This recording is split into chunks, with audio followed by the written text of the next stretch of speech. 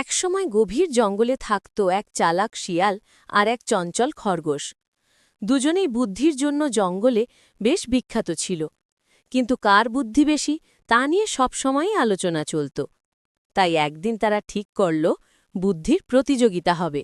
প্রথম চ্যালেঞ্জ, কে আগে খাবার খুঁজে পাবে। শিয়াল তার ধারালো নাক দিয়ে দূর থেকে খাবারের গন্ধ পেল। অন্যদিকে খরগোশ তার দৌড়ের দ্রুততা দিয়ে ঝোপঝাড়ের মাঝে ঢুকে তাজা একটি গাজর খুঁজে বের করল। এই রাউন্ডে খরগোশ জয়ী। দ্বিতীয় চ্যালেঞ্জ, কে ভালোভাবে লুকোতে পারে। শিয়াল মাটির রঙের সঙ্গে নিজেকে মিলিয়ে নিঃশব্দে শুয়ে রইল, কিন্তু খরগোশ তার ছোট গর্তে ঢুকে এমনভাবে লুকোল যে কেউ ধরতেই পারল না।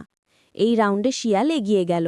তৃতীয় চ্যালেঞ্জ, বড় সমস্যার সমাধান কে বের করবে। হঠাৎ জঙ্গলে আগুন লেগে গেল, সবাই ভয়ে কাঁপছে। শিয়াল সঙ্গে সঙ্গে কাছের জলাশয়ের রাস্তা মনে করল। খরগোশ তার গর্তে গর্তের পথ ব্যবহার করে দ্রুত নিরাপদ পথ খুঁজল। দুজন মিলে সব প্রাণীদের জলাশয়ের দিকে নিয়ে গেল। অনেকেই তাদের কারণে রক্ষা পেল।